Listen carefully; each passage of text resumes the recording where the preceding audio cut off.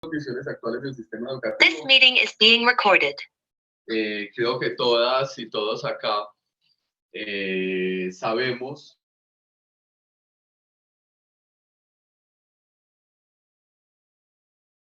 que luego de la pandemia las cosas cambiaron. Las cosas siempre están cambiando, con o sin pandemia. Es la naturaleza de las cosas. Bien, la primera vaina que tenemos que tener presente es esa. Todo cambia. Bien, y por mucho que nosotros nos resistamos, las cosas van a seguir cambiando. Bien, con o sin nuestra aprobación. Bien, y los cambios pueden o no gustarnos, pero igual las cosas van a cambiar, ¿bien? Pero lo cierto es que luego de la pandemia, justamente porque fue un evento muy especial, muy singular, raras veces se da en la historia de la humanidad, no es la única pandemia que hemos tenido, pero sí es la primera vez que una pandemia alcanza el nivel de globalidad que alcanzó esta. Eso tiene que ver con muchos factores, ya vamos a conversar sobre eso, pero lo cierto es que la pandemia cambió las cosas de manera quizás más acelerada y nos obligó a ver una faceta de nosotros que siempre ha estado allí, pero que se mantiene oculta, ¿no? Creo que nos obligó a considerar esto que llamamos la condición humana y en general nuestra estructura social, política, cultural se transformó debido a la pandemia, debido al aislamiento. Creo que hace muchos años el mundo no paraba, ¿bien? Y parar a veces es importante. En este caso fue a las malas, pero debimos parar, ¿no? Y el mundo se ve diferente cuando nos estamos moviendo a cuando paramos, ¿no? Lo cierto es que la pandemia afectó todas las áreas de la vida, desde lo que tiene que ver con lo personal, lo íntimo, nuestra forma de relacionarnos los unos con los otros, ¿no? Quizás fue la cosa en la que primero nos fijamos, ¿no? No podemos tocar, ¿no? Perder el tacto, ¿no? Seguíamos en contacto, pero ya no había tacto, ¿no? Nuestras relaciones familiares, la posibilidad de acercarnos a nuestros seres queridos, nuestras relaciones de pareja, las relaciones con nuestros hijos, con nuestras hijas, las relaciones con nuestros estudiantes, nuestra vida social, ¿no? Los rituales sociales que habíamos construido, todo eso cambió. Quizás en muchos casos debimos volvernos sobre nosotros mismos. Una de las palabras más comunes durante la pandemia y luego es la palabra aislamiento, ¿no? Que implica aislarse, no implica eso, convertirse en una isla, ¿no? Eso es eso, aislarse es encerrarse en una isla, ¿no? Convertirse en una isla, volverse una isla. ¿Qué implicó eso en términos económicos, en términos sociales, en términos psicológicos? Creo que tuvo bastantes implicaciones, aunque, como les digo, más adelante vamos a ahondar en eso. La pandemia cambió nuestro sistema económico, la crisis que estamos viviendo ahora, a pesar de lo que digan nuestros medios de comunicación todos los días, ¿no? Ellos viven el día a día y tienen intereses muy singulares en el día a día, pero lo cierto es que la crisis que vivimos ahora, la crisis económica que vivimos ahora, la devaluación del peso colombiano y de muchas monedas en el mundo frente a la moneda de principal circulación, que es el dólar, se debe a eso, ¿no? No íbamos a salir de eso después de todo, ¿no? Después de haber frenado la economía de la manera en la que frenamos, pues en algún momento iban a empezar a sentirse las consecuencias. Creo que en este momento se están sintiendo en términos económicos como nunca. Todo está más caro, ¿no? Mercar se ha vuelto supremamente complejo. En general, la vida en términos económicos ha cambiado. Muchas empresas quebraron, muchas grandes empresas quebraron, muchas pequeñas y medianas empresas quebraron, muchos negocios, muchos emprendimientos quebraron aún antes de iniciar, muchos de nuestros proyectos económicos se vieron de repente aplazados o simplemente finiquitados. Bien, eso tiene efectos poderosos en la vida de alguien. Creo que aquí, por fortuna, nadie se quedó sin trabajo entre nosotros, pero quizás algunas y algunos tenían por ahí sus proyectos. Esos proyectos debieron o cambiar de naturaleza, que la economía también cambió, ¿no? Las economías que venían fortaleciéndose, las economías del ámbito de lo digital, ¿no? Las empresas de tecnología, pues creo que crecieron un montón en ese proceso, y las que no estaban integradas al mundo de lo digital, al mundo de las tecnologías digitales, pues debieron integrar estos procesos a su estructura, otro cambio importante que se generó. A nivel social, ¿no? Se presentaron cambios importantes. Hoy se habla de ansiedad social, habría que pensar muy bien qué quiere decir eso de ansiedad social. Lo cierto es que las formas de relacionarnos se transformaron, quizás empezamos a reconsiderar qué es eso de la vida social. A muchos y a muchas les gustó mucho estar aislados, ¿no? A otros no tanto. Volver al mundo se volvió una cosa difícil, ¿no? Yo todavía veo gente por ahí con tapabocas, ¿no? Todavía hay mucha gente temerosa de la vacuna por el control mental, por el control de yo no sé qué, por las enfermedades, en fin, hay muchos mitos, ¿no? Y mucho rumor alrededor de ese asunto. Lo cierto es que la forma en la que nos relacionábamos los unos con los otros y la forma en la que nos relacionábamos con el mundo se transformó, ¿no? Ahí de a poco hemos ido quitando esa barrera que se creó entre nosotros. Eh,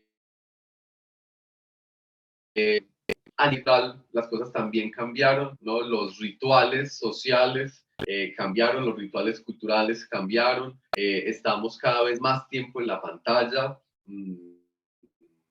Estamos cada vez más conectados y al mismo tiempo quizás más desconectados. Vamos a conversar sobre eso durante esta sesión. Las dinámicas en general de la cultura se transformaron, el mundo se ha vuelto más y menos masivo. Cuando nos invitan, salimos con mucha más euforia, pero al mismo tiempo tenemos muchos más temores de establecer relaciones, ¿no? Porque nos dimos cuenta que esas relaciones son frágiles. Y a nivel educativo, sin duda, se presentaron cambios, no solo porque la estructura misma del sistema educativo se vio muy afectada, muchos y muchas niñas dejaron de asistir a las aulas, muchas y muchos abandonaron el sistema escolar. Eh, los profesores nos vimos fuertemente cuestionados, hicimos nuestro mejor esfuerzo por sacar adelante todo el sistema en general en condiciones que no nos esperábamos, para tareas que no estábamos formados, ¿no?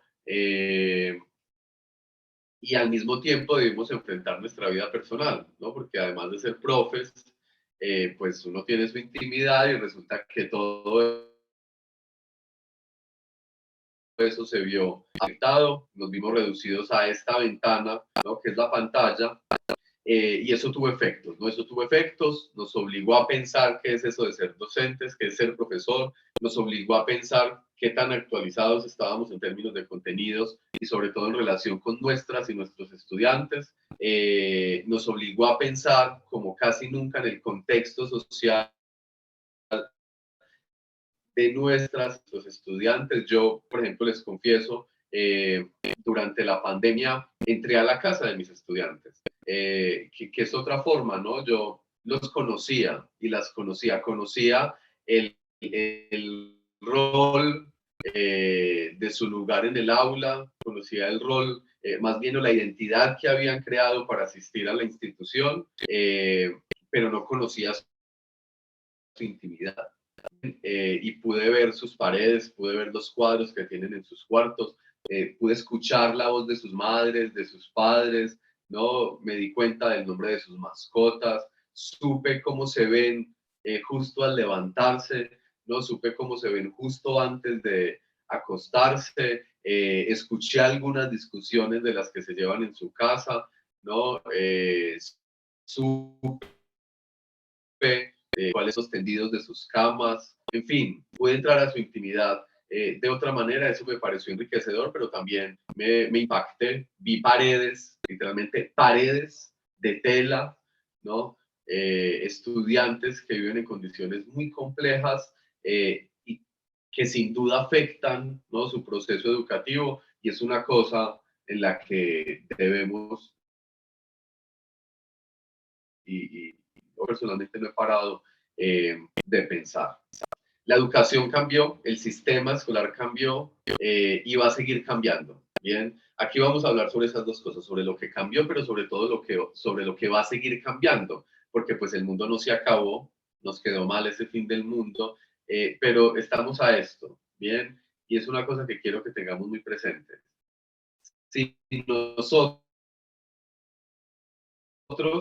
que somos la vanguardia de la especie, ¿no? Los profesores y las profesoras somos la vanguardia de la especie, porque en nosotros recae la enorme responsabilidad de formar a las personas para el presente y para el futuro. Si nosotros no somos conscientes de que estamos a esto de acabar con un mundo habitable para los seres humanos, porque el mundo seguirá sin nosotros, ¿bien?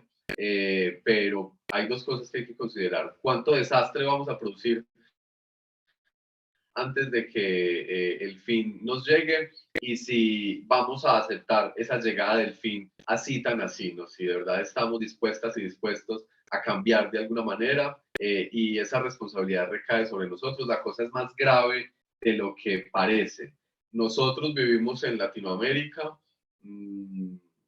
Aquí, digamos, todavía estamos muy cerca del mundo como era inicialmente y nos parece que todo está bien, pero lo cierto es que no está bien. Vamos a conversar luego sobre eso y sobre nuestro rol en ese proceso. ¿Cuáles son los ejes sobre los que vamos a reflexionar durante esta charla? Hago énfasis en eso, quisiera que fuera una charla. Aquí todas y todos tenemos mucho que compartir, mucho que aprender y espero, este que llora es Lucio, les presento a Lucio. Lucio es famoso, es actor. Mire, Lucio, bueno, no se ve mucho, pero tiene ángel Lucio, todo el mundo lo quiere y de verdad es actor, pues lo busca para hacer juegos. Es el famoso de la casa. Vamos a tratar de dialogar, ¿no? De conversar. Aquí todos estamos autorizados y autorizadas para presentar nuestro punto de vista. Es lo que hacemos todos los días, presentarle nuestro punto de vista, nuestra forma de ver a nuestros estudiantes y a nuestras estudiantes. Pues eso vamos a hacer hoy aquí también. ¿Cuáles son los ejes de reflexión? Bien, de manera aleatoria vamos a conversar sobre tres cosas, ¿bien? Los ajustes al sistema escolar derivados de la pandemia, ¿no? En términos de las tendencias nacionales e internacionales. ¿A qué nos referimos con ajustes? La pandemia nos dejó algunas enseñanzas, ¿no? Eso quiere decir que nosotros tenemos que ajustar cositas, ¿no?, que quedaron en evidencia. Por ejemplo, la formación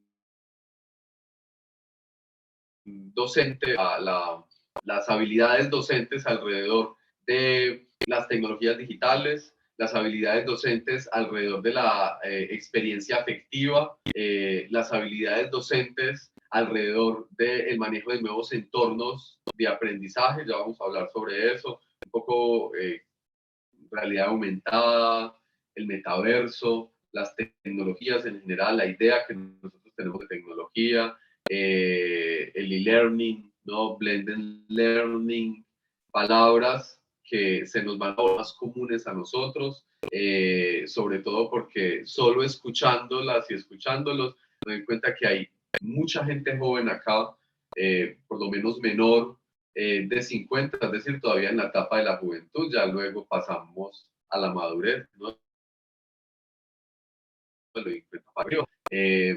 Y eso quiere decir que aún nos queda un tramo muy largo en la carrera y veremos muchos cambios y cambios cada vez más acelerados en esos aspectos que les comento. Entonces, bueno, vamos a ver qué pasa ahí. La experiencia afectiva, nos dimos cuenta que no sabemos muy bien cómo tramitar nuestra experiencia afectiva y quizás menos la experiencia afectiva de nuestra y nuestros estudiantes, quizás sea algo a lo que debamos prestarle atención. Los objetivos de la educación, creo, también deben reevaluarse. en términos de la relación que hemos establecido con el resto de las cosas en el mundo. Ahora tenemos interrogantes importantísimos respecto, por eso cuando la profe de Ciencias Naturales hablaba, yo le decía que jugaba un papel importante porque una cosa que quedó en cuestión es la centralidad de la especie humana en el mundo. No hay que empezar a evaluar eso, ya voy a conversar de manera mucho más amplia sobre eso. Entonces resulta que esos ajustes que debemos hacer, pues tienen tendencias a nivel internacional. Digamos, hay ya una serie de acuerdos en torno a aquello a lo que debemos prestarle atención. Y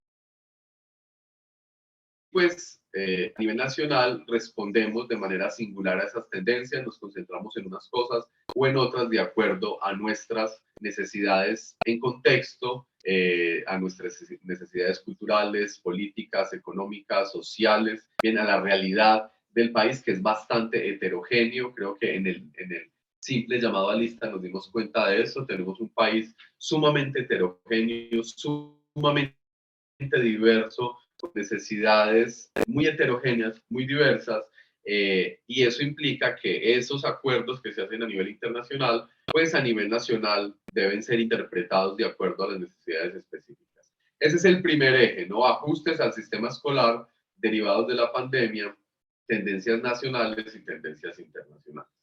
El segundo eje son las implicaciones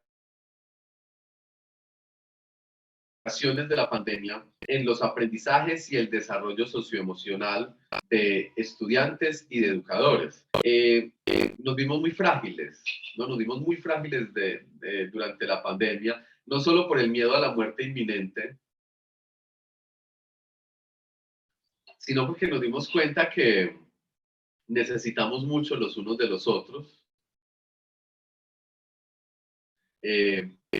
Incluso cuando el asunto económico está garantizado, la socialización, ¿no? La necesidad de establecer contacto, como les decía, es evidente, ¿no? Se hizo evidente y nos vimos muy frágiles. De repente la condición humana se nos puso muy de frente, y bueno, hay que tratar de extraer de allí todos los aprendizajes necesarios. Además, en términos socioemocionales, muchas y muchos nos encontramos afectados, ¿no? ¿Cómo nos afectamos? ¿No? Es la primera pregunta que habría que tratar de responder. ¿Cuáles fueron las afectaciones que vivieron nuestros estudiantes? ¿Cómo vienen? ¿No? Efectivamente han cambiado después de estar en un momento de la vida. Ustedes se imaginan uno con 6, 7, 8, 15 años, que es un momento en el que debería estar afuera, devorándose el mundo, equivocándose, porque quizás es la única época de la vida en la que uno puede errar impunemente, ¿no? De repente lo encierran, ¿bien? Y tiene que vivir adentro en lugar de afuera. Pues eso tuvo efectos que seguramente ustedes están viviendo en las aulas, y tenemos que tratar de entender esos efectos para saber cómo proceder. Entonces, el segundo eje es ese, ¿no? Las implicaciones de la pandemia en los aprendizajes y el desarrollo socioemocional de estudiantes y de educadores. ¿Bien? Y el tercer eje son los desafíos del sistema escolar colombiano a propósito de la pandemia, como integrantes, como una de las columnas vertebrales, una de las vértebras más bien, del sistema educativo. Pues nosotros tenemos unos retos, ¿no? Como docentes tenemos unos retos. El sistema en general, todas las partes del sistema se han visto confrontadas, tenemos unos retos que afrontar. Vamos a conversar un poco sobre esos retos. Esos son los tres ejes. Bien, entonces vamos a conversar sobre estos temas de manera aleatoria. Bien, vamos a seguir un orden, primero lo uno, segundo lo otro y tercero lo otro, porque todos están implicados en los contenidos que vamos a conversar. Bien. Yo quiero arrancar con una pregunta muy simple. ¿Qué creen ustedes que nos enseñó la pandemia? ¿No? ¿Cuáles han sido las lecciones en términos muy generales a nivel personal, a nivel social y a nivel educativo que nos dejó la pandemia. ¿Qué creen ustedes? ¿No? En términos humanos, ¿qué lecciones nos ha dejado la pandemia, Lilia? Muy buenos días. Aprovecho para presentarme porque ahora no me estaba funcionando el micrófono. Ahora sí me escuchan, ¿verdad? Ah, Lilia, Lilia. Sí, te escuchamos Sí, bien. gracias. Primero me presento, soy del Agustín Nieto Caballero. Creo que soy de las personas mayores en este grupo, creo, no sé, porque pues por lo que escucho, voces muy jóvenes. Llevo ya mucho tiempo en la educación, la mayoría de en educación privada. En la educación pública llevo 18 años. ¿Qué me dejó enseñanzas este tiempo de pandemia? Pues yo creo que ante todo un reconocimiento personal de, en esencia, redescubrirme en muchos sentidos. Pues como el tema central de nuestro diplomado son las emociones y los sentimientos, esa parte emocional, para mí fue redescubrirme y descubrir, o sea, aceptar mis temores, mis vacíos, mis fortalezas y enfrentarme a una situación pues atípica que en su facto nos sorprendió a todos y que nos obligó a, a como a reproyectarnos, a ser creativos y me sirvió muchísimo, muchísimo como compartía su experiencia ahora para conocer más a mis estudiantes, sus realidades, porque fue de una manera u otra entrar a sus casas, desde un celular, entender también que para muchos ni siquiera un celular fue posible, pues ofrecerles otras alternativas. Fue como humanizar más, para mí, humanizar mi tarea como docente. De hecho, soy de línea humanística, pero para mí fue como sensibilizar toda esa parte de reconocimiento de mis estudiantes en cuanto a tantas carencias a las que uno ya hace mucho rato como que se deshabituó y se le olvida que el otro las tiene. Carencias de todo tipo, no solamente me refiero a lo material, sino a las soledades, a los abandonos, a tantas carencias que nuestros estudiantes tienen y que en ese momento de pronto para mí pasaban un poquito como desapercibidas. Y también pues mejor la enseñanza que siempre, siempre tengo que estar abierta a innovar, a recrear y pues obviamente pues a generar cambios cuando es necesario y que siempre, siempre estaremos en actitud de aprendizaje. Gracias.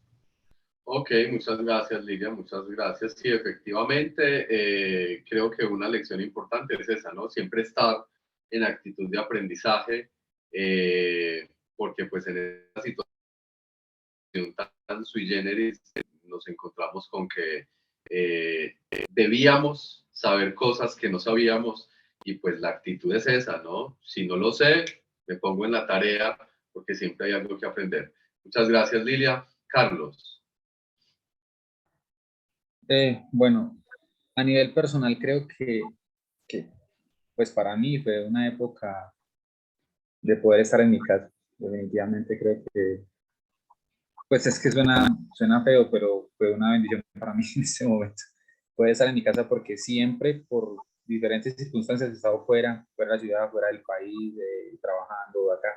Entonces fue estar de lleno en mi casa 24/7. Entonces creo que para mí y mi familia fue algo espectacular. Obviamente, viviéndolo en una circunstancia que es totalmente ajena a lo que uno quisiera disfrutar en su familia y en su casa.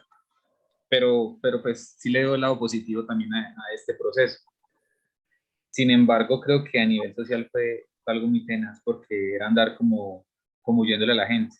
Yo he sido muy social por naturaleza y creo que fue tenaz para mí acostumbrarme a no saludar como de lejos, como de no sentir el abrazo del amigo, del compañero, de no poder ver con casi nadie. Uno salía como con miedo a que, no es que era un holocausto caníbal prácticamente, o sea, los zombies estaban pues por el mundo. Era una cosa impresionante uno salir a la calle a comprar algo, era chistosísimo, la gente hasta miraba raro, o sea, era un comportamiento atípico en lo social que uno conoce normalmente, y más de nuestra cultura colombiana, que normalmente somos jocosos y alegres y orgullosos. Entonces fue una cosa difícil socialmente. Y a nivel escolar, yo pienso que lastimosamente se ve la inequidad que existe en nuestro país. Definitivamente, porque tengo compañeros con los que me hablaba obviamente constantemente, y más nosotros en educación física, que decíamos, bueno, ¿cómo vamos a hacer educación física desde la casa? Nos tocó inventarnos mil cosas y trabajamos en grupo y en equipo, realmente trabajamos en equipo varios compañeros, pero uno se daba cuenta, mientras unos podían utilizar Google Classroom, no sé qué, mis estudiantes en particular, donde yo estaba en la institución, no tenían ni siquiera un celular para toda la familia y lo recargaban con 2.000 pesos para poderse comunicar con uno para una tarea o alguna cosa. Entonces uno decía, Dios mío, ¿cómo llegar a estas familias que todos viven en una sola habitación y duerme papá, mamá y hermanitos y hermanitas duermen todos como en dos camas amontonados? Me decía, definitivamente, socialmente estamos muy mal, muy mal. Debería ser algo más equitativo y no solamente a nivel educativo, sino a todo nivel. Creo que la pandemia nos dejó grandes desafíos. Aprendí muchísimo de las tecnologías y me di cuenta que no todo puede ser tecnología. Creo que la parte humana se ve un poco afectada y esa parte afectiva con los estudiantes fue también. Hoy en día las veo y les reconozco a ellos. Ellos perdieron un lapso de vida. Realmente creo que es eso. Perdieron un engranaje que tenían que haber vivido de alguna manera y ya no lo van a vivir. Lo van a vivir más adelante, puede que sí, pero van a cometer errores que nosotros no vamos a ver cómo solucionárselos en algún momento, porque son etapas que debían haber quemado, no se pudo. Entonces creo que tenemos una tarea bien grande, bien importante y que de una u otra manera tendremos que afrontarla nosotros desde el aula y obviamente en compañía de la primera formación que debe ser el hogar y la familia. Gracias. Sin duda, Carlos, la inequidad social fue una de las cosas que más quedó en evidencia. Bien, vamos a conversar más adelante sobre eso y sobre las implicaciones que eso ha tenido. Janet, yo veo tu mensaje a medida que los otros compañeros van bajando la manito, luego se va viendo, listo. Carlos, te decía, ese es uno de los temas centrales, ¿no? A los que hay que prestarle mucha atención.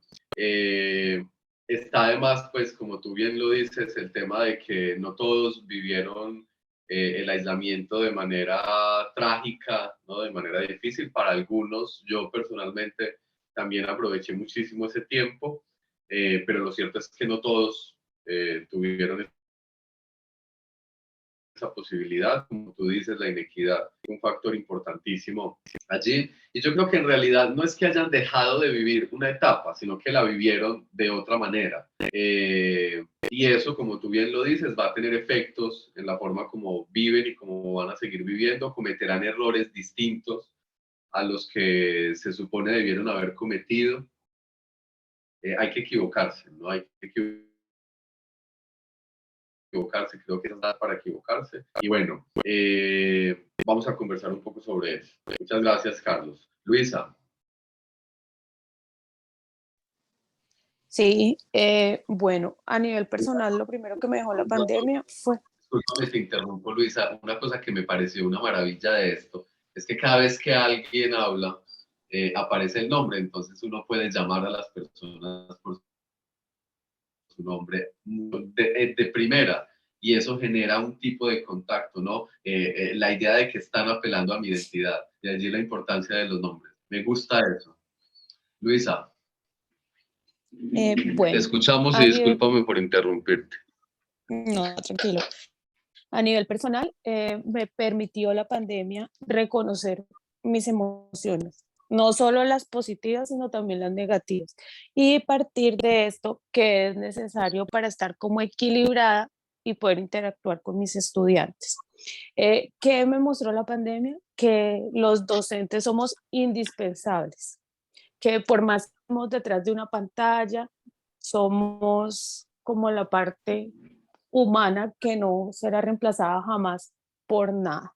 El día que eso pase, entonces la sociedad creo que se destruirá, porque nosotros somos quienes acercamos, somos el modelo a seguir de los estudiantes, somos quien podemos decir, si en la casa se hizo de esta manera y está errada, pues podemos corregirlo y se puede hacer de esta manera que es mejor, de acuerdo pues al conocimiento que cada uno comparte. Pero de todo lo que me llevé de la pandemia fue la inteligencia emocional. Sin inteligencia emocional no podemos llegarle a nuestros estudiantes. Respecto a la parte tecnológica, pues que nos tocó aprender algunas cosas porque no nos las sabíamos todas, así no seamos personas tan mayores. Nos tocó buscar diferentes estrategias para poder llegar al estudiante que no tiene el computador, que no tiene el celular, pero pues ahí buscamos la manera de flexibilizar y poder tener a todos como en en el mismo nivel, pero desde el punto de la inequidad, ¿no? Porque no todos tuvieron la oportunidad de estar en el encuentro sincrónico, y me parece que esa era la parte más enriquecedora si hablamos de no deshumanizar el, el proceso educativo. Ya los otros niños pues trabajaban con guías que los padres, de acuerdo a su nivel educativo, eran quienes orientaban el desarrollo de esa guía. Entonces, mi conclusión, el docente indispensable para la humanización escolar, partiendo de la inteligencia emocional y reconociendo que no solamente son necesarias las emociones buenas, sino también las emociones negativas. Muy bien, Luisa, muy bien. Bueno, vamos a ir a empezar a poner, o sea, vamos poniendo matices. Dices cosas importantísimas. Hablas de, efectivamente, nuestro mundo emocional se nos puso de frente de repente, ¿no? Creo que uno solito, enfrentado a sí mismo todo el tiempo, pues todas estas emociones empiezan a aflorar. Imagínense si eso sucede con nosotros, que tenemos una formación que nos obliga a estar conscientes de nosotros mismos todo el tiempo. ¿Qué habrá pasado con nuestros estudiantes? Un matiz: esa idea de emociones positivas y de emociones negativas, lo que hay son emociones, ¿bien? Y esas emociones tienen efectos que pueden ser positivos o negativos, dependiendo pues de nuestras búsquedas, pero las emociones en sí mismas no son ni positivas ni negativas, ¿bien? Son emociones y debemos, como tú bien lo dices, aprender a tramitarlas, aprender a comprenderlas y aprender a entender cuál es el efecto que tienen, ¿no? En ocasiones ese efecto puede ser negativo, en otras puede contribuir a que hagamos cosas que consideramos positivas, pero las emociones son emociones, ¿no? El hecho de que yo me sienta feliz no es ni positivo ni negativo, ¿no? Es una emoción que sí puedo cultivar, pues la cultivo. El hecho de que yo sienta ira no es ni positivo ni negativo, eso es humano, ¿bien? Y eso quiere decir que hace parte de nosotros. Cuando lo encasillamos en lo positivo o en lo negativo, pues buscamos entonces aislar esa emoción, y ustedes se imaginan la frustración que se produce. No, yo sé que no se lo imaginan, sé que lo saben. Cuando yo todo el tiempo estoy aislando la ira, cuando estoy reprimiendo la ira, ¿no? Esas emociones, como lo dices, también son necesarias. Un matiz ahí. Bueno, profe, cuando yo me Segundo, refiero, disculpe, lo interrumpo, profe, cuando yo me refiero a positivo y negativo en las emociones, es porque hay unas que suman y otras que restan. Cuando yo estoy, obviamente no es que yo quiera borrar la ira, el miedo, la rabia, la tristeza, no, porque es que hace parte del diario vivir de todos los seres humanos. Como estamos alegres, podemos pasar a la tristeza. Como estamos felices, podemos pasar a una rabia. Entonces, me refiero a positivos y negativos porque unas suman, otras restan. No porque es que las tenga acomodadas aquí en el paquetico de positivos y yo solamente quiero ser positiva y voy a obviar las negativas. No, somos seres humanos y tenemos todas las emociones juntas.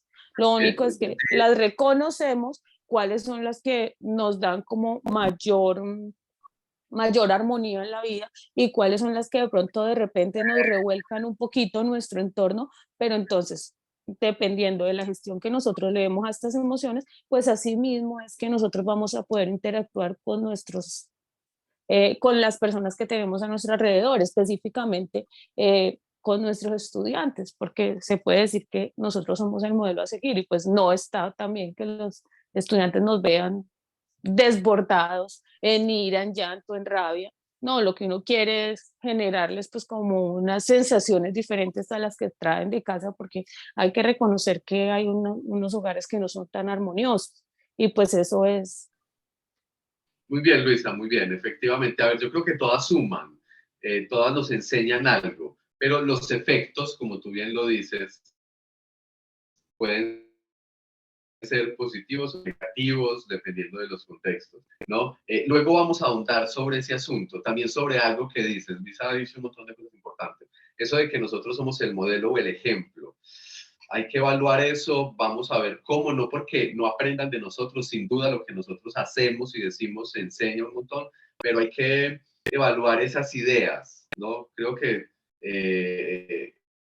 empezar a revisar muy bien eso de ser el modelo, de ser el ejemplo, quizás sea incluso más complejo que eso. Bien, vamos a conversar sobre eso luego. Muchas gracias, Luis, has puesto cosas importantísimas ahí sobre el tapete. Janet. Gracias, profesor. Sí, pienso que lo que más nos enseñó la pandemia fue tener que aprender a vivir en armonía. Al estar todos encerrados, nos tocó lidiar con los temperamentos del papá, de la mamá. Bueno, hablo de una familia común, ¿no? Que el niño, que ya no podíamos ir a trabajar, sino que todo es en la casa. Entonces, pues era algo que nos estábamos enseñados, ¿no? Todos salíamos que para el colegio, que para el estudio, que para el trabajo, y a todos en un momento determinado nos encerraron en un solo sitio, donde teníamos que compartir espacios, genios, tolerarnos los unos a los otros, y pienso que fue lo que más nos enseñó, ¿no? A vivir en armonía, porque si no vivíamos en armonía, pues todo nos iba a salir de las manos. Fue bastante difícil para algunos, porque hoy estaba yo aquí en esta parte dando mi clase y el otro en la otra parte haciendo también su trabajo virtual y la niña recibiendo clase en el otro computador. Entonces, esa parte fue bastante difícil, pero de mucho aprendizaje. Respetar los límites de los otros, ¿no? Que es tan difícil, porque hay que reconocerlo. Respetar los límites de los demás. Y como docente, crear estrategias, lo que decía Luisa Fernanda ahorita, crear estrategias para poder llegar a los niños que tenían el Internet y los niños que no lo tenían y que no nos fueran a decaer en el aprendizaje. Lo que en realidad no se logró al 100% porque nos dimos cuenta al regresar a la presencialidad que muchos no le hacían las tareas a los papás, ¿no? Entonces, Sí. esas cositas, pues de todas maneras no podíamos estar allá encima a ver cómo hacían ellos sus trabajos y hubo muchas cosas que tuvimos que pasar por alto.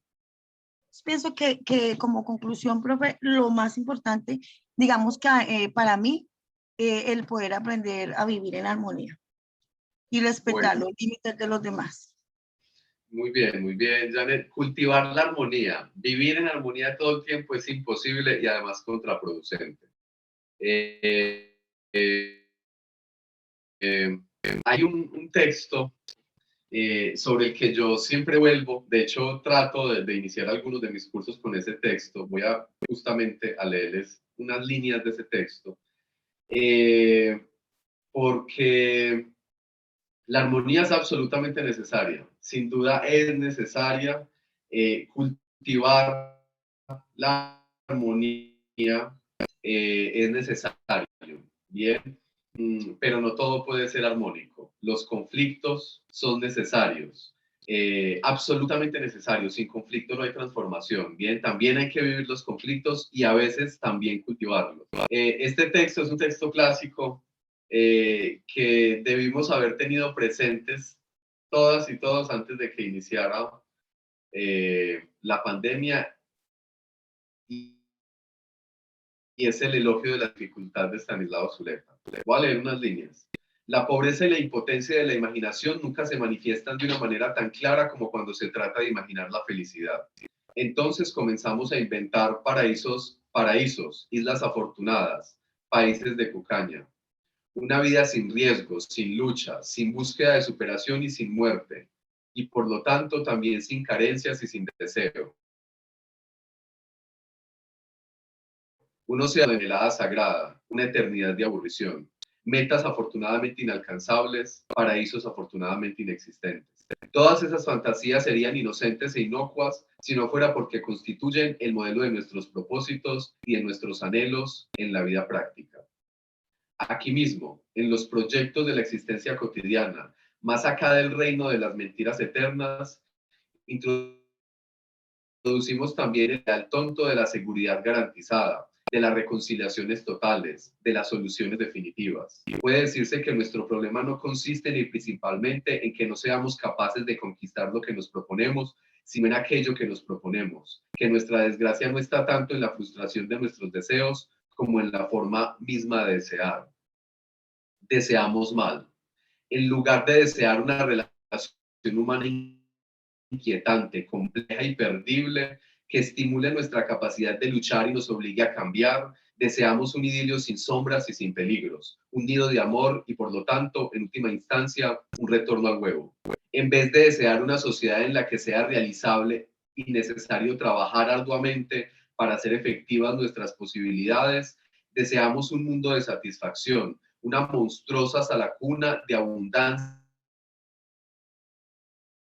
pasivamente recibida. En lugar de desear una filosofía llena de incógnitas y preguntas abiertas, queremos poseer una doctrina global capaz de dar cuenta de todo, revelada por espíritus que nunca han existido o por caudillos que desgraciadamente sí han existido. Yo estoy de acuerdo con Janet en que una de las cosas que nos enseñó la pandemia es que hay que cultivar la armonía, ¿no? Es necesario porque el caos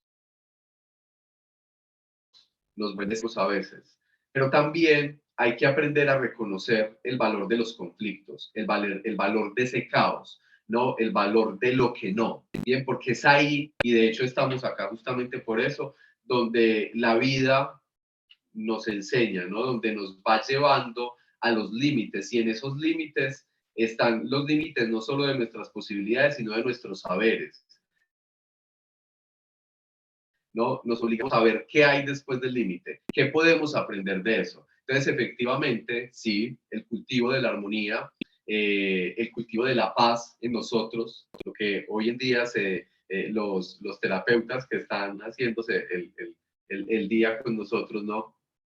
Llaman la salud mental necesaria, pero también eso hay que acogerlo con cierta reserva, ¿no? No podemos creer todo de entrada. La armonía absoluta tiene sus conflictos, tiene sus problemas y sus limitaciones, ¿no? El conflicto es necesario, ¿no? De ahí salen cosas siempre. Muchas gracias, Janet. Shira. Excelente reflexión, profe. Gracias, Janet. Shira. Hola, buenos días. ¿Sí me escuchan? Sí, te escuchamos. Bueno, yo voy a hablar desde la experiencia, desde lo que nosotros vivimos acá en San Andrés durante la pandemia. Nosotros no solo fuimos afectados por la pandemia, sino por 2 huracanes que golpearon la isla fuertemente durante esa pandemia. Entonces, Sí. primero estuvo el coletazo del huracán ETA y luego vino el Iota. Entonces, para nosotros como raizales isleños, eso fue un desafío y pues planteó retos en todo el sistema, digamos, educativo, de sanidad, cómo nosotros nos pudimos enfrentar no solo a la pandemia, sino al impacto que deja el paso de un huracán. Muchos de mis estudiantes, porque yo luego del huracán recibimos aquí en San Andrés muchos de los estudiantes que en Providencia habían perdido sus casas, o sea, ya no había escuela. De hecho, hoy en día todavía no hay hospital en Providencia. O sea, cómo contaban esas vivencias que, profe, yo me tuve que amarrar a una palmera de coco con mi familia para que no nos llevara el mar. Entonces, escuchar todas esas anécdotas nos hace pensar en la resiliencia que ha tenido el pueblo raizal en esa capacidad de sobreponerse pese a las circunstancias, porque fueron circunstancias muy difíciles. Uno las escucha y escucha las historias y pues a uno todavía se le eriza la piel. Por ejemplo, mi mamá en ese entonces perdió el techo, todo el techo se vino abajo. Entonces ahí como que con qué ganas o con qué, cómo uno volvía a un aula de clase con esa problemática o con que muchos de los niños perdieron sus cuadernos, perdieron aquí en San Andrés sus techos, a pesar de que en San Andrés no nos golpeó tan duro como en Providencia, que fue, la Providencia llegó un huracán de categoría 5, pues ellos pensaban que no iban a encontrar nadie con vida, pero aún así logramos sobrevivir. Pero pienso que nos hemos quedado cortos en todo ese trabajo emocional que se tuvo que hacer o que se tiene que hacer todavía para recuperar todo lo que, o sea, el impacto que nos causó ese huracán. Muy bien, Shira. Sí, efectivamente ustedes al caído caerle, ¿no? Sí, La pasaron muy mal, además en condiciones, bueno, debieron afrontar la pandemia luego de los huracanes en condiciones literalmente en la calle, ¿no? Eh, y tú dices algo importante, la resiliencia. ¿Cómo podemos aportar nosotros como docentes a ese proceso desde nuestras áreas? Eso no tiene que ver con los saberes específicos, sino sobre todo con la idea general que tenemos de educar, de formar. Un poco lo que le leí a Janet tiene que ver con esa orientación. Nosotros veníamos construyendo una sociedad enfocada en la construcción de la felicidad, en la construcción de procesos vitales en los que el conflicto se eludía, ¿no? Hay que empezar a producir conflictos. Bien, eso nos forma emocionalmente. Luego voy a volver sobre eso, quizás en mucho más detalle. Por ejemplo, tenemos que empezar a fijarnos cómo están aprovechando otras instancias del mundo, la economía, la publicidad, el mercado en general, las plataformas, las redes sociales, la dimensión emocional de nuestros estudiantes. Porque si entendemos cómo lo hacen ellos, quizás nosotros podamos capitalizarlo. ¿Cómo lo están aprovechando los terapeutas? Bien, aquí vamos a hacer un ejercicio respecto a todo lo que tiene que ver con lo afectivo. Nosotros tenemos emociones. Es imposible eludir nuestras emociones. Bien, es decir, estamos dentro del bosque de las emociones. Vamos a tratar de hacer un ejercicio muy difícil, pero vamos a tratar de hacerlo, y es que cuando uno está dentro del bosque, solo se ven los árboles, ¿bien? Es decir, yo puedo ver uno o dos, si tengo mucha visión, 10 o 15 árboles dentro del bosque, pero no puedo ver todos los árboles. Para poder ver el bosque completo, yo tengo que salirme del bosque. Bien, vamos a tratar de salirnos del bosque, no en términos emocionales, que es imposible, pero sí en términos epistemológicos, es decir, vamos a tratar de entender cómo se usan esas emociones o cómo están siendo usadas esas emociones desde los terapeutas, bien, que también tienen intereses, bien, no solo colectivos, sino además singulares, hasta el mercado y las plataformas, porque lo están usando nuestras emociones. Bien, y vamos a tratar de conversar sobre cómo las están usando. Porque resulta que nosotros como docentes, pues jugamos un papel importantísimo en el desarrollo emocional de nuestros y nuestras estudiantes, y sobre todo en eso que acaba de decir Shira, su capacidad para ser resilientes ante un mundo en el que, ojo, los conflictos no van a desaparecer, ¿bien? Los problemas emocionales no van a desaparecer, las situaciones complejas no van a desaparecer y muy probablemente nos encontremos ante situaciones más complejas. Yo acabo de llegar de un lugar del mundo en el que ya es muy común que tú no tengas agua en la casa todos los días. Porque los ríos no, las fuentes hídricas se las vendieron a Coca-Cola. Son cosas sobre las que hay que pensar. Bien, ¿qué va a pasar en el momento que va a llegar si no cambiamos las cosas va a llegar, en el que ya no importa dónde vivas, solo vas a tener agua en tu casa 2 veces a la semana. ¿Cómo enfrentar eso? Bien, ese tipo de cosas van a pasar. Bien, nuestros seres queridos van a seguir muriendo. Vamos a seguir teniendo problemas para relacionarnos con los otros. Bien, habrá gente en el mundo, es que en el mundo hay mucha gente que no va a estar de acuerdo con nosotros, que va a hacer las cosas como a nosotros no nos gustan. Bien, vamos a seguir teniendo que hacer cosas que no nos gustan para luego hacer las que nos gusta hacer. La ecuación siempre es la misma. Uno hace lo que debía hacer para luego hacer lo que quiere hacer. Y a veces lo que debo hacer no me gusta. ¿Cómo vamos a enfrentar eso? Bien, ¿cómo voy a enfrentar el hecho de que nosotros no vamos a dejar de sentirnos tristes? Nosotros no vamos a dejar de sentir frustración, ira, enojo. Bien, no vamos a dejar de sentir eso. ¿Cómo lo vamos a enfrentar? Entonces, un poco lo que vamos a ver es cómo se capitalizan esas emociones, ¿bien? Y cómo la educación puede orientar quizás una forma, ¿no?, de tramitar esas emociones a partir de la consideración ética de sí mismo. Es lo que yo quisiera compartir con ustedes.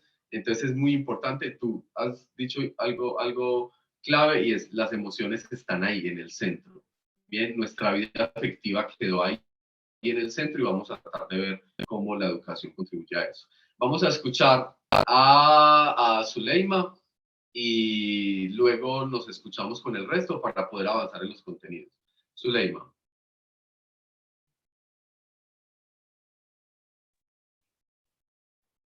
Bueno, respecto a todo lo que sucedió frente a esta situación, pues para mí representó muchísimas cosas. Una de las primeras fue el tiempo que tuve para conocerme más, para explorar otras habilidades en el manejo del tiempo, porque pues era mucho tiempo de encierro, donde había que, la salud mental jugó un papel muy importante, en el caso mío, entonces me tocó empezar a improvisar muchas cosas, por ejemplo, a cocinar diferente, a ensayar otros tipos de recetas, a hacer ejercicio que no tenía tiempo para hacerlo, a tener otros estilos, bueno, a cambiar muchísimas cosas de mi quehacer. Frente a la tecnología, un cambio abismal porque el aprendizaje se hizo necesario, el manejo de plataformas, el tablero virtual por el área que manejo, que es matemática, y toda esta cantidad de cosas que, pues, que uno aprende porque en el proceso, porque las tiene que aprender, pero no eran como del interés propio. Y tocó aprenderlas a la carrera y un poco como a los tropiezos.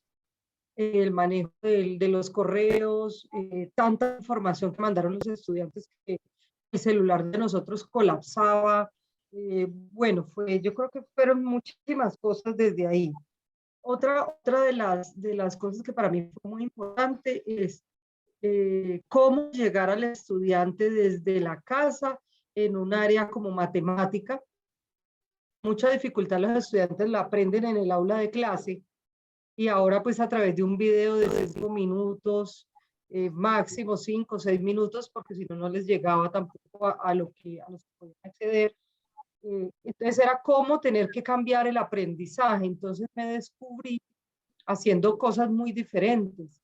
De ahí surgió un proyecto muy bonito que tenía que ver con el medio ambiente, porque también llegó esa otra parte de cómo valorar el medio ambiente y la necesidad que teníamos en casa. Entonces nos creamos una huertica en casa, donde trabajamos la matemática desde el recolectar la semilla en la misma casa, sembrarla en los recipientes que iban saliendo y que no debíamos botarlos a la basura, sino aprovecharlos para sembrar. Entonces los estudiantes empezaron a tener arbolitos en casa, semilleros. Bueno, surgió una cantidad de cosas tan especiales. Bueno, que eso me llevó hasta cambiar de domicilio y pasar de la ciudad a una finca, que es en este momento donde me encuentro, y continuar con ese trabajo que se empezó desde el área de matemática, pero también con la interdisciplinariedad y el intercambio de saberes con otras asignaturas, desde tecnología, desde español, desde sociales, desde ética. Bueno, fue muy importante grabar esos videos en casa para mostrarles desde mi cocina cómo yo recolectaba las semillitas y cómo ellos lo podían hacer. Entonces fue, para mí, sí fue muy difícil, tuvo cosas críticas, me afecté emocionalmente, pero fue muy interesante, o sea, el aprendizaje. Mi visión, mejor dicho, cambió notablemente esa parte de matemáticas.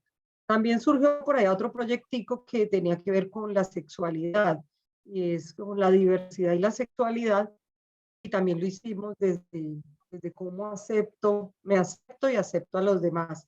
Entonces pasaron muchísimas cosas que tal vez en algún momento podemos ampliar, y fue eso, porque después de la pandemia llegaron inclusive al aula de clase muchas niñas que decidieron cambiar de género, muchos niños que lograron dar un paso de aceptación. Bueno, salieron muchas cosas de ahí muy interesantes. Entonces eso para mí fue de crecimiento todo el tiempo, de encontrarme con otras cosas que me enseñaron. Eso es lo que quería compartir. Extraordinario, Zuleima. Te pasaron un montón de cosas buenas. Cambiaste el estilo de vida literalmente, ahora vives en el campo. Cocinaste de manera diferente. ¿Qué lavadera de loza? Yo en pandemia lavé loza, la que no está escrita. Y me pasó lo mismo, también debí cocinar diferente. Me parece interesantísimo eso de poder aplicar las matemáticas a la educación ambiental. Les adelanto algo que ya había insinuado por ahí. Quizás todas las asignaturas debieran tratar de orientar sus contenidos hacia la educación ambiental. Es una de las cosas que además es tendencia en el mundo. Las ciencias naturales y ambientales juegan un papel clave en lo que se viene para la humanidad. Quizás el más importante, o sea, el gran problema filosófico, el gran problema humano de nuestros tiempos, ya no es cómo vamos a sobrevivir los seres humanos, sino cómo vamos a hacer para que sobreviva el planeta. Y todos los saberes deberían orientarse hacia allá. Bien, estamos en un periodo crítico, la pandemia fue solo un campanazo respecto a ese asunto, y eso que Zuleima hizo, ¿no? Tratar de integrar los saberes de su área a la educación ambiental, a las ciencias naturales, es una de las búsquedas de la educación en el tiempo que se viene. Efectivamente, Zuleima, muchas transformaciones en términos de la identidad. Quizás la lección en ese sentido, y luego vamos a ahondar en ello, es que la identidad no es una cosa fija y estable, como nos han hecho creer todo el tiempo. La identidad cambia, se transforma, bien, y no viene dada. Sobre todo eso, no viene dada, se construye, se forma. La palabra formar y la palabra formación son claves en este sentido. Entonces, bueno, muchas gracias por compartir esas experiencias. Yo no les voy a hablar de nada diferente a lo que ustedes ya han comentado. Quizás voy a ampliar y voy a proponer algunos ejes de reflexión en torno a lo que ustedes ya han mencionado. Pero estas sesiones que nos vamos a ver son sobre eso exactamente. Voy a empezar entonces por un panorama. Bien, les voy a exponer un panorama de la situación para que estemos enterados. Bien, esto están los textos que yo les compartí, pero como sabía que quizás no pudieran leerlos todos, pues voy a presentarles ese panorama. A ver, resulta que ante la pandemia, recuerden ustedes que vivimos en un mundo globalizado. Bien, voy a empezar por ahí.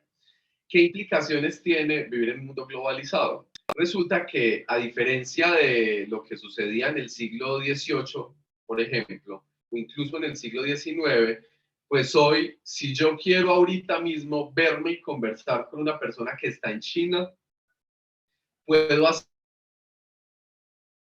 hacerlo y me toma milésimas de segundo, ¿bien?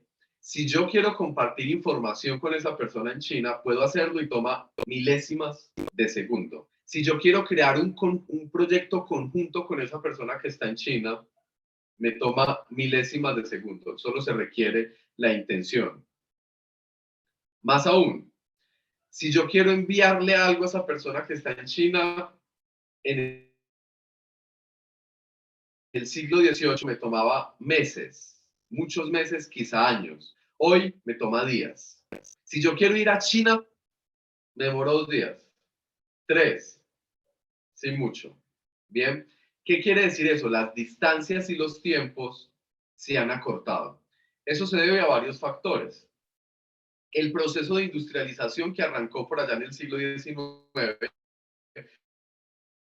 lo que todas y todos conocemos como la revolución industrial, bien, eso trajo consigo una serie de tecnologías y de técnicas que contribuyeron a eso, a acortar los tiempos y las distancias. Las tecnologías del desplazamiento cambiaron, ¿no? Digamos que los caballos que se utilizaban antes, ¿no? Recuerdan ustedes esas carrozas tiradas por caballos, pues lo que hicimos fue meter los caballos dentro de una caja, ¿no? Para darle fuerza a esa caja y ahí nos movemos ahora, ¿no? Entonces el transporte, la navegación a vapor, la electricidad, la creación de vías ferroviarias, el desarrollo de la aviación, todo eso contribuyó a la disminución de los tiempos, a la disminución de las distancias.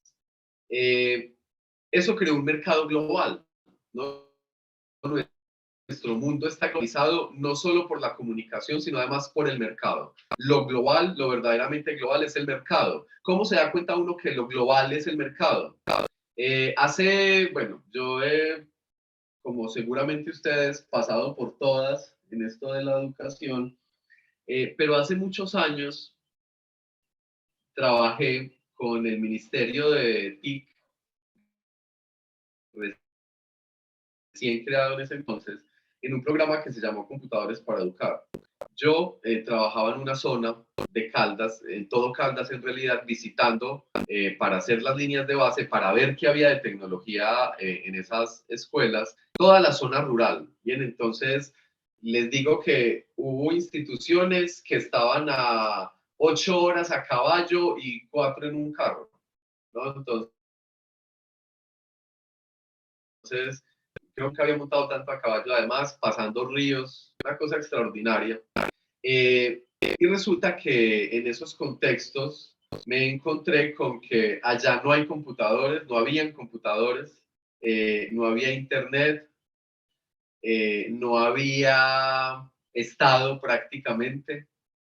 Era muy difícil encontrar ciertos productos allá, pero en todos lados había Coca-Cola. En todos lados había Coca-Cola. Miren, les digo, lugares que de viaje para poder llegar a la escuela a hacer lo que tenía que hacer, me demoraba 10 horas. Bien, porque había que subir la cordillera en burro, a caballo, lo que hubiera. 10 horas. Y el Estado por ahí no existía, no había policía. Incluso las profesoras y los profesores se alternaban la sede con los paras y con la guerrilla. Entonces me decían, no, profe, pero es que tal día no podemos porque bajan los muchachos que se quedaban en la escuela y ellos tenían que irse con los niños y con las niñas para casas a seguir allá su proceso. Realidades complejas las de este país. En esos lugares no hay Estado, pero hay Coca-Cola. Bien, lo global entre nosotros es el mercado. Bien, que tiene la capacidad de llegar a todos lados. Bien, ¿eso qué implica? Que nuestros contactos, porque creo que nadie vive por fuera del mercado. Bien, es muy difícil, solo los habitantes de Cali, incluso ellos tienen su contacto con el mercado, ¿no? Tratan de vivir quizás al margen, pero no pueden del todo. Lo cierto es que todos tenemos que ver con el mercado. Lo global entre nosotros son el mercado y comunicación. Bien, eso ha implicado que las naciones se piensen el mundo de manera plural. Es decir, ya ninguna nación se piensa sola, sino en relación con las otras naciones. Las otras naciones son socios. Es por eso que a nosotros nos interesa como nación, esto entre comillas, tener socios estratégicos, ¿no? Entonces, ¿quién no quiere ser socio de una de las principales economías del mundo, Estados Unidos? Entonces tratamos de mantener relaciones ahí buenas, ¿no? Pero además debemos mantener relaciones buenas con nuestros vecinos porque nuestras economías fluctúan, ¿no? Entonces nos asociamos con ellos de acuerdo a la conveniencia económica y política, ¿no? Entonces, y eso con el resto del mundo. Nosotros tenemos relaciones comerciales con Japón, con China, tenemos relaciones sociales con el continente africano, con el continente asiático tenemos muchas, menos, por ejemplo, con el Oriente Medio, pero tenemos muy buenas relaciones comerciales con Norteamérica y con Europa, en fin.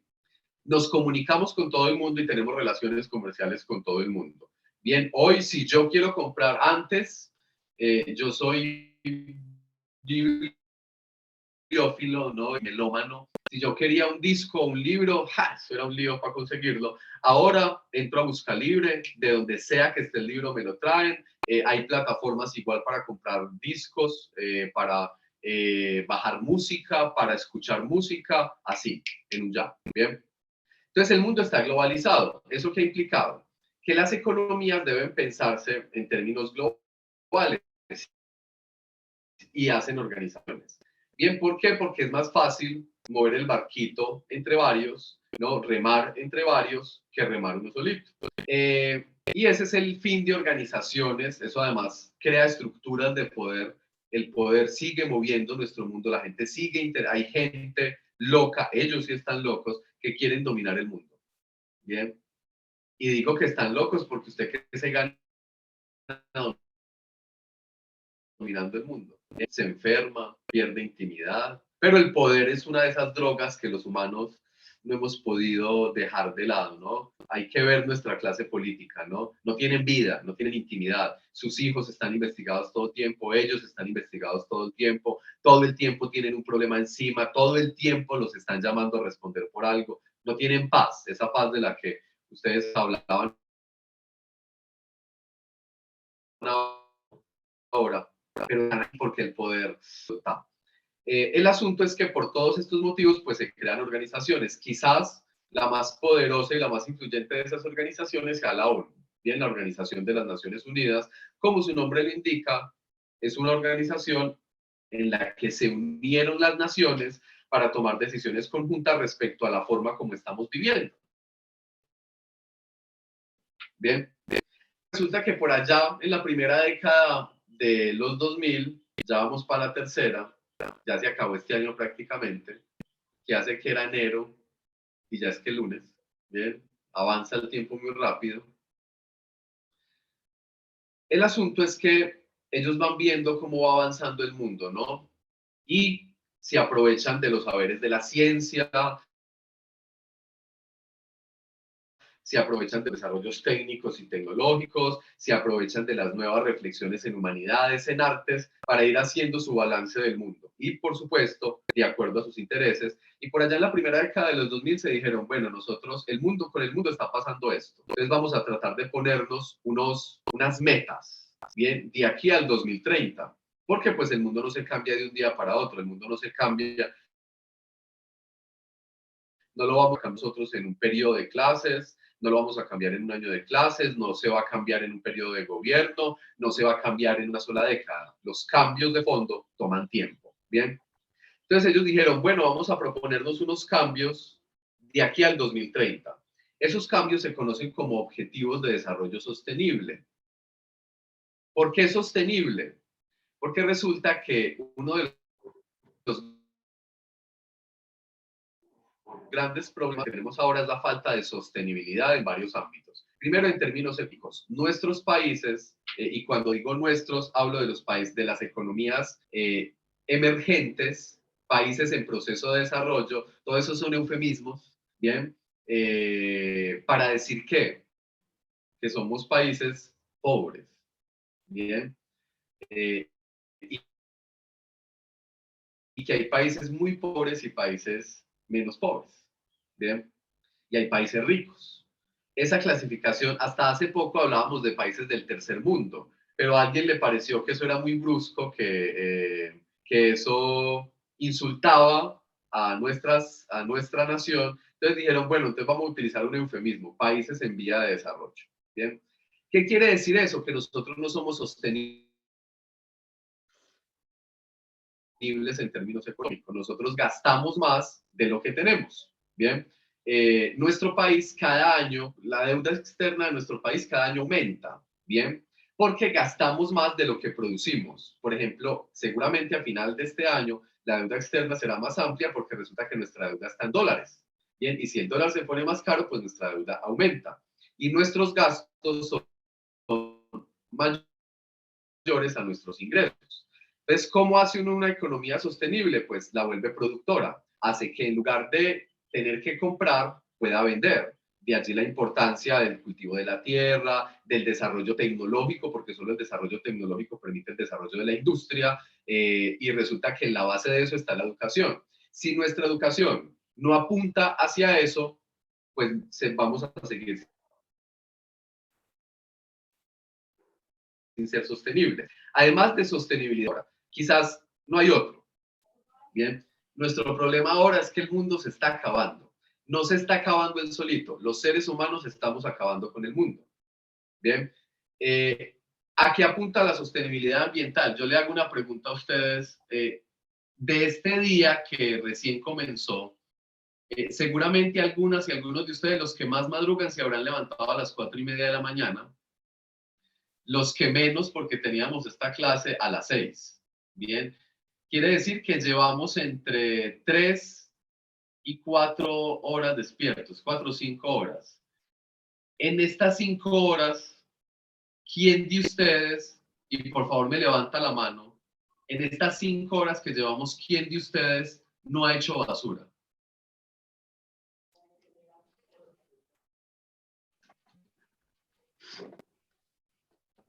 Complejo eso. Bien. Resulta que actualmente no hay ningún ser humano que sea capaz de vivir un solo día sin hacer basura. Y esa basura no desaparece. Esa basura queda ahí. ¿No? Nosotros la echamos a la coca de la basura y ya, problema resuelto, ya no la vemos, no existe, pero esa basura queda en el mundo. Bien. Y resulta que esa basura está acabando con nuestros ecosistemas. Además de eso, nuestra expansión.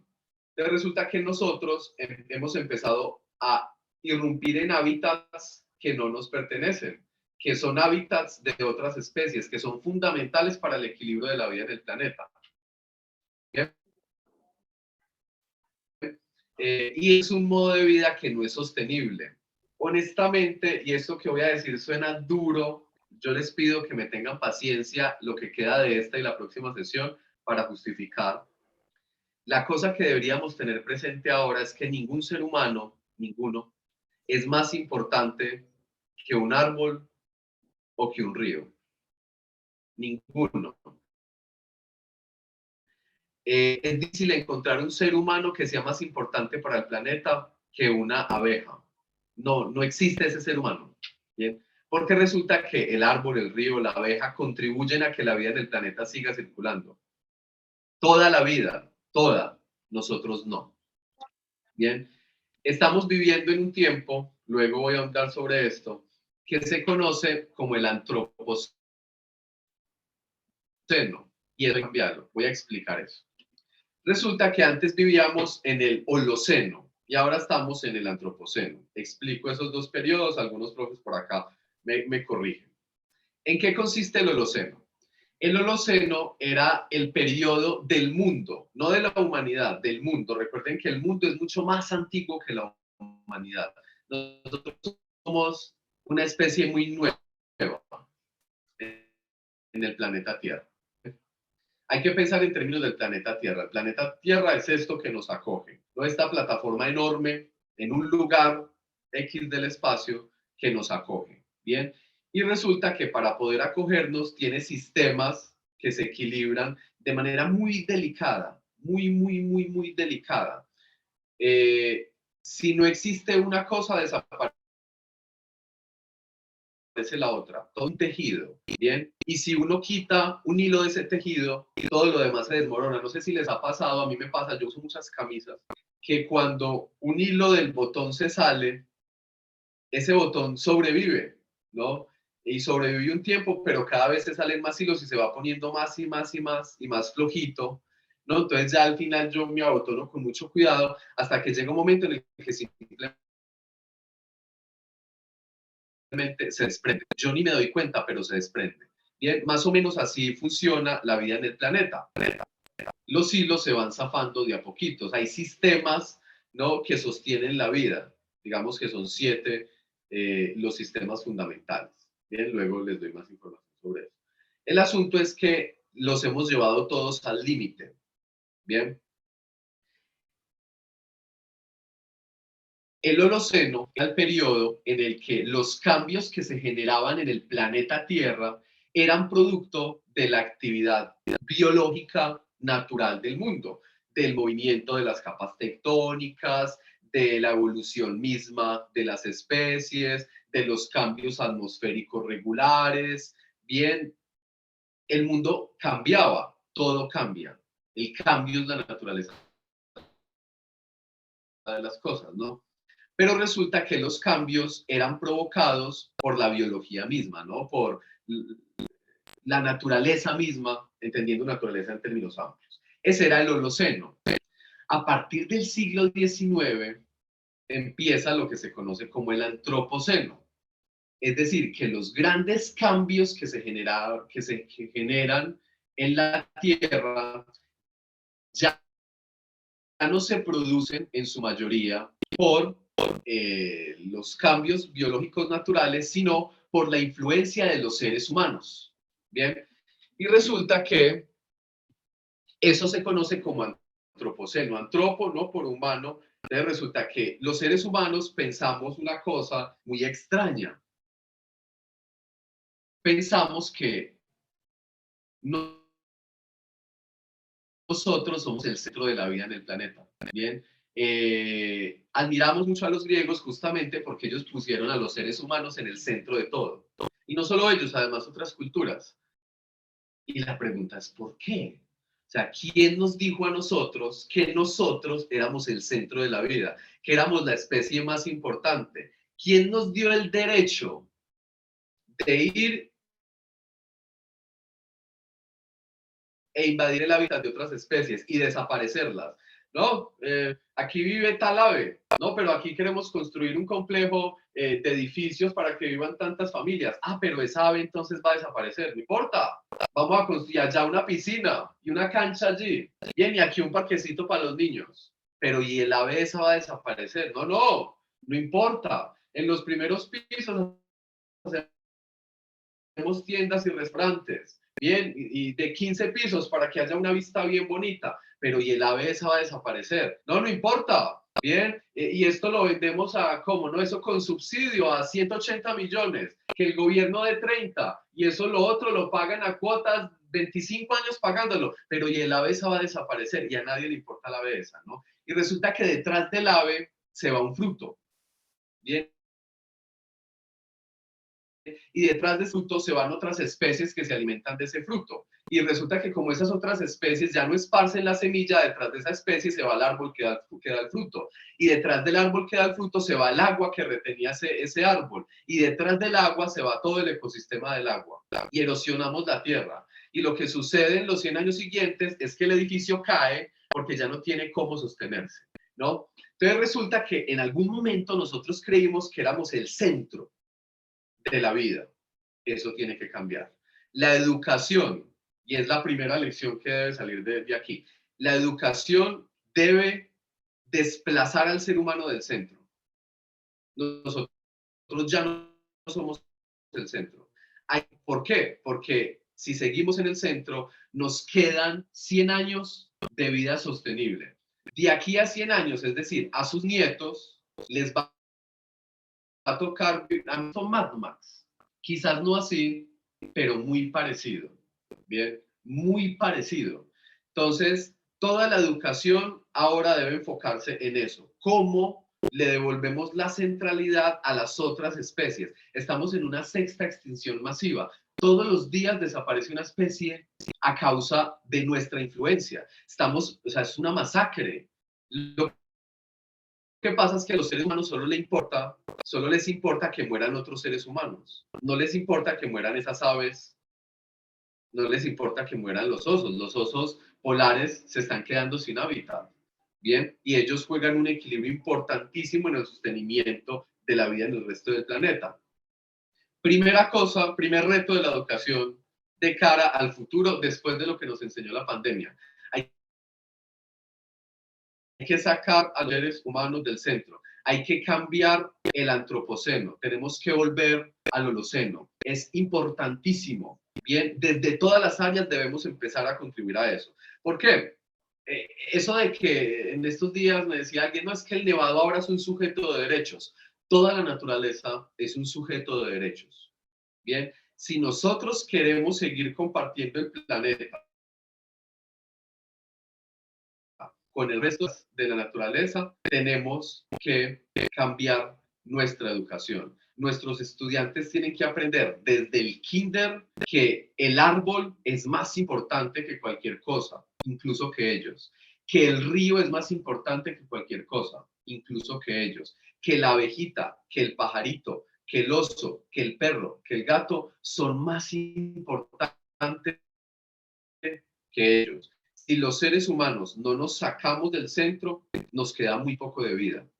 Hay lugares en el planeta Tierra donde, como les decía, y no es muy lejos, allí, en México, la gente ya está muy acostumbrada a que el agua ya no llega todos los días. Y no porque no haya agua, sino porque las fuentes hídricas le fueron vendidas a Coca-Cola. ¿Quién, en su sano juicio, le vende el agua a Coca-Cola? ¿Quién? Eso es una locura. Bien, pero resulta que como a nosotros nos interesa tanto el dinero, nos interesa tanto el poder, no, pues es que yo todavía tengo agua. Mis nietos resolverán. Bien, que colonicen Marte. Bien, no. Si queremos que el planeta siga siendo el planeta que nos acoge, que nos cuida, que nos da calor todos los días, donde podemos ir a la playita, donde podemos ir al río, donde podemos ir al nevado, donde podemos salir y respirar, donde podemos encontrarnos con nuestros seres queridos, la primera cosa que hay que hacer es desplazar al ser humano del centro. Por eso les decía que toda la educación debería enfocarse en las ciencias naturales, en la educación ambiental. Todos deberíamos empezar a mirar hacia allá y mirar cómo nuestras áreas contribuyen a eso. Hoy se habla del giro ambiental en la literatura, en las matemáticas, en la física, en todas las áreas del saber, en todas se habla del giro ambiental y es absolutamente necesario empezar a considerarlo, ¿no? Entonces, esa fue la primera cosa que nos enseñó la pandemia. Nos metimos a un hábitat que no nos correspondía, afectamos un hábitat que no nos correspondía y resulta que las otras especies para poder alimentarse, ¿qué deben hacer? Venir a alimentarse a nuestro mundo. Y cuando vinieron a alimentarse a nuestro mundo, trajeron de su mundo cosas que ellos ya tienen controlados de manera natural. Un virus. Entre ellos, ¿no? Con sus ecosistemas ya lo controlaron. Pero resulta que nosotros no estábamos preparados para eso. ¿Y eso qué tiene que ver? Con que los que estaban metidos donde no debían estar éramos nosotros. Ese virus se trasladó, ellos necesitaban sobrevivir, nosotros acabamos con su hábitat, destruimos su hábitat para alimentarse, tuvieron que venir a nuestro mundo, llegaron, dejaron la semillita del virus, volvieron y ese virus nos costó millones de muertes, nos está costando nuestro modo de vida, nos está costando todavía muchas muertes y las que se vienen, nos está costando hambre, nos está costando restricciones, bien, nos está costando problemas psicológicos. Entonces, el primer problema fue ese. Bien, el problema ambiental. La pandemia fue el producto de un asunto ambiental que tiene que ver con la forma como los seres humanos vivimos. Bien, seguramente porque aquí todos tienen más de 20, espero que sí. Ustedes recordarán que hace años uno iba al río y el río era uno. Hoy los charcos donde nos bañábamos de niños ya no existen. Ah, no, pero es que eso es normal. No es normal. Bien, en un mundo sano, el agua escasea y aumenta, escasea y aumenta, escasea y aumenta, pero los flujos ¿no? Las fuentes fluviales, las líneas fluviales se conservan e incluso crecen. Pero resulta que nosotros hemos evitado que eso suceda, ¿no? Desviamos los ríos, así de simple. ¿Los desviamos para qué? Para regar el trigo que alimenta a las vacas, que es una cosa absurda. Bien. Desviamos los ríos, ¿para qué? Para sacar el oro, los contaminamos. Los llenamos de mercurio para sacar el oro que hay ahí. Bien. Erosionamos la tierra, la llenamos de basura. Ah, profe, pero nosotros no podemos cambiar eso. Sí, nosotros quizás no podamos influir en los grandes mineros, ¿no? Que deciden llenar el agua de mercurio, pero sí podemos influir en los niños que van a ser los futuros mineros y enseñarles desde ya. No le vamos a enseñar una minería sana, les vamos a enseñar que la naturaleza es importante y que no importa lo que se dediquen, minería, deportes, si quieren ser astronautas, si quieren ser médicos, si quieren ser comerciantes, lo que sea. Eso, lo que sea, debe hacerse en armonía con el resto del mundo. Quizás, y esta es una lección importante, quienes han sabido eso desde siempre son las comunidades indígenas. Y nosotros creyendo que no, que esa gente era ahí una gente que vivía atrasada. Al contrario, esa gente sabe desde hace mucho tiempo que la clave está en vivir en armonía con el resto de la naturaleza. De lo contrario, no es posible seguir viviendo. Todos los problemas que tenemos ahora tienen que ver con eso. Entonces, el antropoceno, el periodo en el que los seres humanos transformamos el mundo. Bien, formamos el mundo. El Holoceno, el periodo en el que el mundo se transformaba solito. ¿Cuál es la diferencia entre uno y otro? En el primero, los seres humanos no estaban en el centro de las cosas. En el segundo, los seres humanos están en el centro de las cosas. Nosotros seguimos creyendo que somos el centro de las cosas. Bien.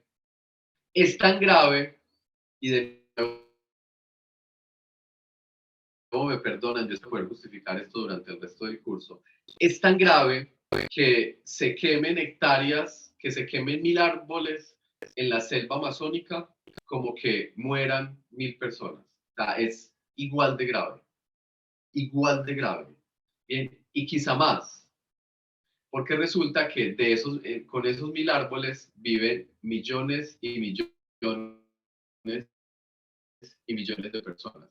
Te entiendo, Emilsen. Bien. Entonces, esa es la primera lección. Bien.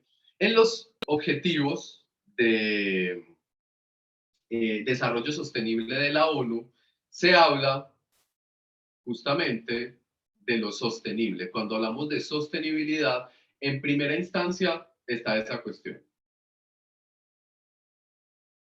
¿Alguna pregunta hasta ahí? Leo los comentarios que han ido dejando a propósito de lo que he dicho.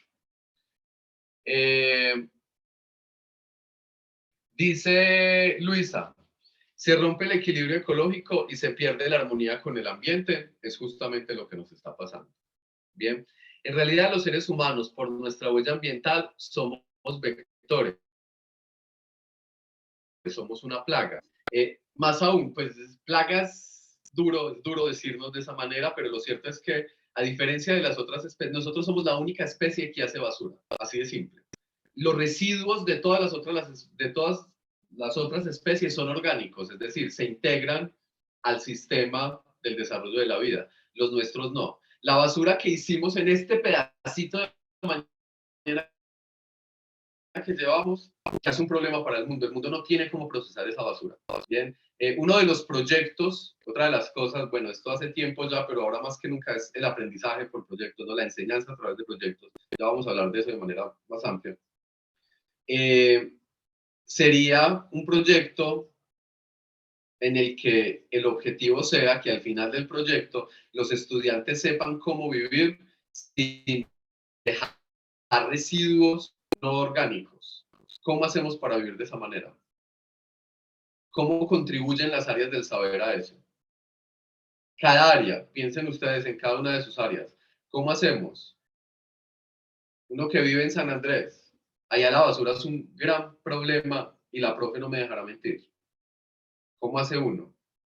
Bien, ese debería ser un proyecto. Eso es un proyecto de futuro en la educación. Esa es una meta, debería ser una meta de la educación. Dice, eso lo decía Johnny. Shira, te escuchamos. O sea, escuchando todo lo que estás diciendo, profe, pues yo me pongo a pensar, o sea, el impacto que está teniendo el turismo, por ejemplo, en San Andrés con las fuentes hídricas de agua. O sea, los turistas llegan acá y tienen agua 24/7, pero lo que ellos no saben es que el resto de la población no cuenta con ese recurso 24/7. Entonces se está sobreexplotando el recurso hídrico de la isla y va a llegar un momento en que, o sea, estamos rodeados de agua, pero no vamos a tener agua. Bueno, Entonces es algo que yo les planteo a los niños, o sea, el cuidado del agua, porque a veces hasta en el mismo colegio hay días, pasamos semanas dando clases sin agua. Entonces, ¿cómo Sheila, podemos cuidar el agua? esos niños y esas niñas que van a ser los próximos administradores de la isla, de los negocios de la isla, de las agencias de turismo, de los barcos, de las embarcaciones que llevan y traen a los turistas, esos niños deberían estar trabajando en proyectos desde el kinder de turismo sostenible. Cómo desde las áreas del saber, desde todas las áreas del saber que nosotros manejamos, podemos contribuir a un proyecto de esos. Si esos niños lo hacen desde ya, cuando sean administradores de los restaurantes a los que van los turistas, van a saber utilizar sus residuos orgánicos, van a saber educar a los turistas. El resto, los que van de vacaciones allá, ¿cómo educamos a nuestros niños para hacer turismo sostenible? Para que el turismo no sea depredador, para que el turismo no llegue y acabe con el agua de los nativos, para que el turismo no llegue y contamine las tierras y las aguas de los nativos. Bien, esa es la primera lección de la pandemia. Bien, debemos empezar a crear un modo de vida sostenible, sustentable, desde todas las áreas del saber. Flor y luego César. Sí, profe, yo creo que es muy importante el trabajo que se haga desde el aula de clase con el cuidado del medio ambiente. Muchas veces nos limitamos solo a esa área de ambiente y trabajamos el cuidado de las basuras con los niños pequeños y eso, pero usted está diciendo algo muy importante y es aplicarlo en todas las áreas del saber. Yo también vivo acá en San Andrés y cerca donde yo vivo hay un humedal y muchas personas han invadido ese humedal. El gobierno pues vino, visitó, dijo que los iban a, pero ahí están y sigue creciendo la construcción, hay más casas, entonces mire cómo el mismo hombre, como dice usted, destruyendo su naturaleza, que les causa perjuicios a ellos. Vemos como en otros lugares los deslizamientos, la casa se fue, ¿por qué? Porque está construida en un lugar que no está apto para eso. Entonces sí debemos trabajar eso desde el aula de clase. Muy bien, Flor. César. Sí, como reto educativo es cómo llevar a la práctica ese aprendizaje. O sea, estamos llenos de teoría y me parece muy importante de que, por ejemplo, yo veía hace mucho tiempo que los colegios de muy alta calidad iban enfocados a programación neurolingüística, o sea, y también a la parte de educación emocional. Porque, por ejemplo, si vamos al caso de los políticos, ellos saben los problemas y las consecuencias, pero no les interesa, y son gente de la formación más alta, las mejores universidades, colegios, pero no les interesa si hay que acabar con un páramo, pero me llega mi plata, no me interesa si hay que tirarle los residuos en esa reserva forestal, y no estamos hablando de personas que sea por falta de conocimiento. Entonces, esa falta de inteligencia emocional y entender que el otro siente, que el animalito también siente, que la naturaleza también es un ser que también se resiente con lo que yo hago, y también plantearnos qué producto tenemos. Nosotros, en caso de que digamos hasta 11, porque pues el acceso a educación superior cada vez más pues es complicado todavía en este aspecto, cuál es el producto como persona que tenemos. Jóvenes que le estamos dando 12 o más materias, pero cuál es el producto final de ese estudiante.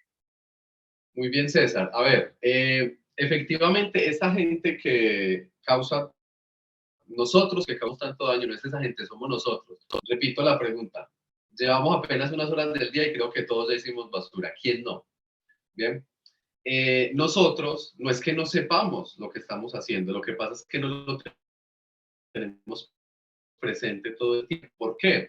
Porque el modelo epistemológico en el que hemos sido formados es un modelo que nos hace creer que los seres humanos estamos en el centro de la vida. Bien, que el mundo está hecho para nosotros, que nosotros somos la especie más importante. Eso no es así. Bien, es la primera cosa que debemos empezar a trabajar en nuestros chicos y nuestras chicas. No es así. Nosotros no somos el centro de la vida. Nosotros somos una especie, una sola, en el entramado de la vida.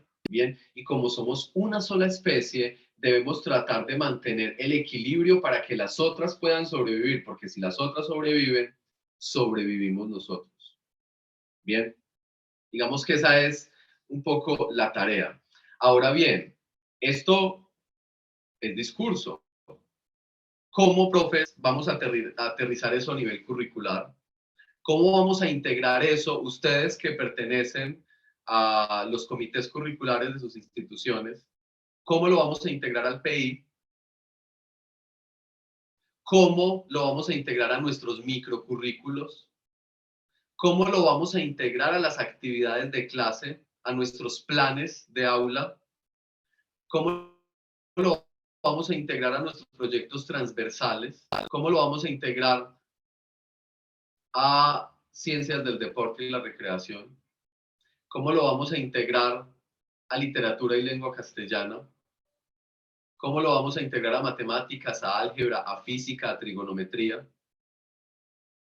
¿Cómo lo vamos a integrar a ciencias sociales? ¿Cómo lo vamos a integrar a estadística? ¿Cómo lo vamos a integrar a contabilidad? ¿Cómo lo vamos a integrar a la primera infancia? ¿Cómo? A nivel curricular. Bien, esa es la tarea que se viene. O sea, en la planeación que se viene en las semanas próximas, esa debería ser la primera cuestión. Después de la pandemia, después de que por invadir el hábitat de otra especie, esa especie tuvo que venir a buscar comida donde nosotros y esa especie tenía un virus de ellos, ya manejado por ellos, llegaron y nos lo dejaron y eso casi nos extingue y eso ha repercutido en un montón de problemas psicológicos, económicos, sociales, políticos. La primera cosa que deberíamos ver es cómo vamos a integrar eso en el currículo. Bien, porque resulta que como discurso suena muy bien. En los próximos 5 años en nuestra institución, listo, nos vamos a poner la meta de que nuestra institución, vamos a empezar por lo global, mi colegio, mi escuela, no va a producir basura. ¿Cómo? Uy, profe, pero eso es muy difícil. Sí. Es que si fuera fácil no se necesitarían profesionales para eso. Si fuera fácil no se necesitarían profesores para eso. Pero nosotros, les decía al inicio de esta sesión, somos la vanguardia de la especie. Entonces, listo. ¿A los cuántos años nuestra institución ya no va a estar produciendo basuras? O la basura que está produciendo la va a estar integrando a otros procesos productivos. ¿Cómo vamos a convertir el plástico que fuimos en plata para no tener que desecharlo? Leo lo que dice Erickson. Profesor, pero más que integrar la educación ambiental a las demás áreas del conocimiento, el reto en realidad es cómo esa integración es significativa y aplicativa, porque de hecho muchas instituciones lo tienen integrado. No, es que, a ver, repito un poco lo que había dicho, no es integrar la educación ambiental a las otras áreas del conocimiento. Es que todas las otras áreas del conocimiento se enfoquen en la educación ambiental. O sea, no es que la educación ambiental venga matemáticas, venga español, venga sociales, venga contabilidad, venga estadística, venga trigonometría, no. Es que todas esas áreas vayan a la educación ambiental. Repito, hay que cambiar el centro. Cuando decimos que la educación ambiental debe venir a nuestra área es porque seguimos creyendo que el centro es lo humano. No, ahora debe ser al contrario.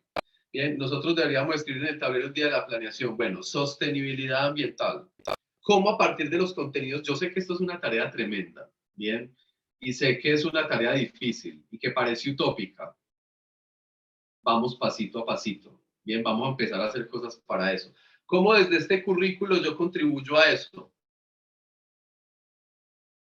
¿Cómo? El profesor de ciencias naturales tiene que ser el más molestado, el más asediado, ¿no? El que más trabajo tiene en las instituciones, o el que más trabajo va a tener. Esperemos que los otros compañeros contribuyan a la causa, ¿no? ¿Cómo vamos a integrar eso? Porque resulta que el problema, ustedes no vieron que nosotros nos guardamos en nuestras casas, ¿cuánto tuvimos de encierro? 2 meses, 3. Y el mundo empezó a cambiar otra vez. De repente los animales empezaron a volver a sus hábitats, los ríos de repente estaban claritos, ¿no? El mar pudo equilibrarse un poco. Bien, la evidencia está ahí, quedó ahí.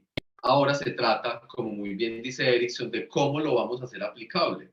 Cómo hacemos que nuestra institución pueda usar su basura o pueda simplemente no generar. Lo ideal sería no generar basura. Bien, que los estudiantes lleven su vasito, que empecemos por los profes. Ah, no, ahora no es que ahorita nos vamos a la semana institucional y listo. Vamos a planear cómo integrar los saberes curriculares con la educación ambiental, con la sostenibilidad. Ah, listo, ¿y qué vamos a almorzar? No, pues pedí allí al restaurante unos 12 almuerzos, ¿y en qué vienen? Ah, Nico, por hágale que vengan. No, hay que empezar por ahí. Bien, hay que empezar por ahí. ¿Por qué si no? Ah, profe, pero es que es muy difícil, uno cargando la coca, profe, a mí me gusta comer calentado. ¿Es eso o la vida en el planeta? Así de simple. Bien.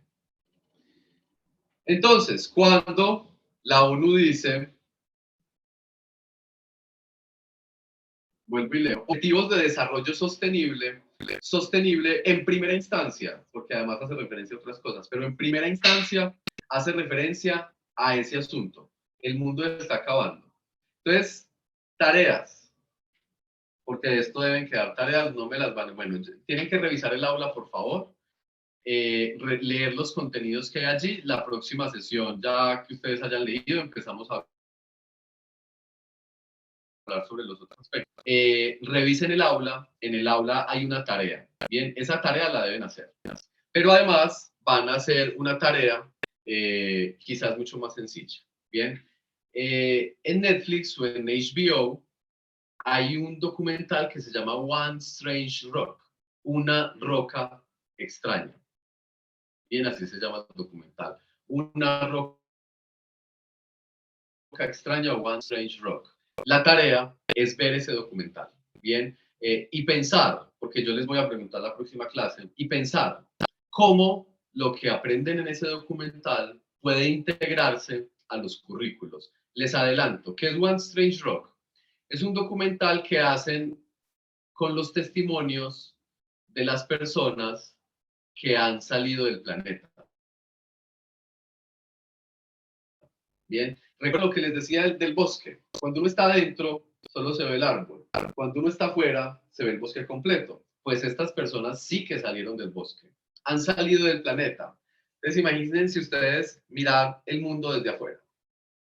Bien, y sobre todo porque para salir del planeta hay que saber un montón de cosas. Entender cómo se ve el mundo desde afuera. Sobre todo eso, entender cómo se ve el mundo desde afuera. Entender que el desierto del Sahara es el abono del Amazonas. ¿Bien? Y uno, uy, pero ¿cómo así? Sí, eso lo ve usted cuando está afuera. ¿Bien? Entender que una especie contribuye al equilibrio de todo un ecosistema. ¿Listo? Entonces, ¿cómo van a ver ese documental? Bien, les repito, Netflix o en HBO. Incluso si lo buscan en Cuevana, el documental está. Bien, el documental tiene varios capítulos. Vamos a ver tantos capítulos. Devórense esa serie que además es de lo más. Si se devoraron Game of Thrones, si se demoraron Betty la Fea, devórense este, por favor. Bien, esa es la tarea. Y la próxima sesión vamos a conversar al inicio sobre cómo podemos integrar los saberes que ese documental nos deja en nuestros procesos curriculares. Y van a investigar cada quien donde quiera, ¿bien? No van a hacer una tarea con eso, simplemente vamos a conversar sobre eso. ¿Qué es el giro ambiental? ¿Bien? ¿De qué hablamos cuando hablamos del giro ambiental? ¿Bien? ¿O de qué hablamos cuando hablamos de ecocrítica? Ecocrítica es el término. O el giro ambiental, así se conoce, que digamos ya teoriza de manera mucho más profunda y de manera mucho más específica en todas las áreas sobre todo este discurso que yo les estoy poniendo sobre el tapete. ¿Listo? Van a escuchar además unos recursos que les dejé, además de las lecturas son cortas, bien, y muy simples, son 2 lecturas, se dejan leer un artículo de hecho de una página web, si mucho tendrá 1500 caracteres, y lo otro son unos podcasts. Quienes no tengan Spotify pueden descargarlo y los podcasts se escuchan de manera gratuita. Bien, de esa serie de podcasts les recomiendo todo son problemas de vanguardia. ¿Listo? Entonces bueno, en el aula, repito, entonces voy a escribir acá las tareas. Entonces, primero, revisar el aula virtual y seguir las instrucciones allí dadas. Realizar la actividad planteada. Bien, primero. Segundo, buscar ver la serie documental One Strange Rock, una roca extraña. ¿Cuál es la roca extraña? La Tierra, ¿no?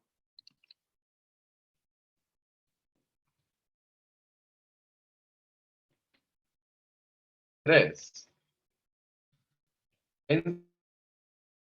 pensar cómo integrar los saberes de ese documental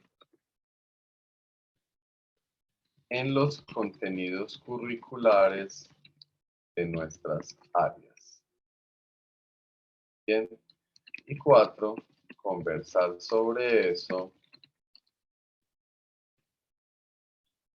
Les pongo acá. Investigar qué es el giro ambiental o la ecocrítica. Y 5, conversar sobre todo eso en la próxima sesión. Listo, ahí están las tareas. ¿Dudas al respecto? Preguntas, comentarios.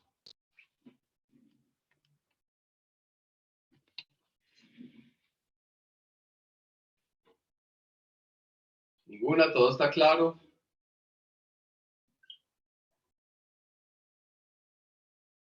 Bueno, la próxima sesión entonces vamos a hablar sobre la integración de las tecnologías en todo esto, porque las tecnologías digitales en particular han sido protagonistas en todo este proceso, son una mediación absolutamente necesaria. Esa es la otra lección que nos quedó, también es tendencia internacional la introducción de las tecnologías en los procesos de enseñanza-aprendizaje. Vamos a ver qué se está haciendo al respecto. Por favor, hay un documento que era para esta sesión, que es un documento de diagnóstico, ¿bien? Donde además habla de cómo se atrasaron esos objetivos de desarrollo sostenible que plantea la ONU, cuál es el estado de la cuestión. Digamos que aquí ya todas y todos hicieron un balance general, habla sobre eso, ya con cifras, quizás datos un poco más tangibles, bien, y habla sobre la necesidad de que los profesores, las profesoras y los estudiantes integren las tecnologías digitales en sus procesos de enseñanza-aprendizaje, la necesidad de que los estados destinen capital para ello, la necesidad de crear infraestructura, pero en la próxima sesión vamos a hablar sobre algunos asuntos quizás más específicos, el metaverso, la realidad aumentada, que tiene que ver todo eso con la educación, cuál es la idea en términos generales que tenemos de tecnología, qué se está haciendo a nivel de educación para integrar esto, qué se supone que debemos hacer. ¿Listo? Les agradezco por su atención, les agradezco por su participación, qué bien que podemos conversar de esta manera. Espero no haberlas, sino haberlos aburrido. La próxima sesión nos vemos. Que tengan muy buen resto de día. Muchas gracias, feliz tarde. Muchas gracias. Gracias. Muchas gracias. Muy amable a todos. Un abrazo para todos los compañeros. Muy amable, gracias. A ustedes, muchas gracias. Hasta luego. Hasta luego.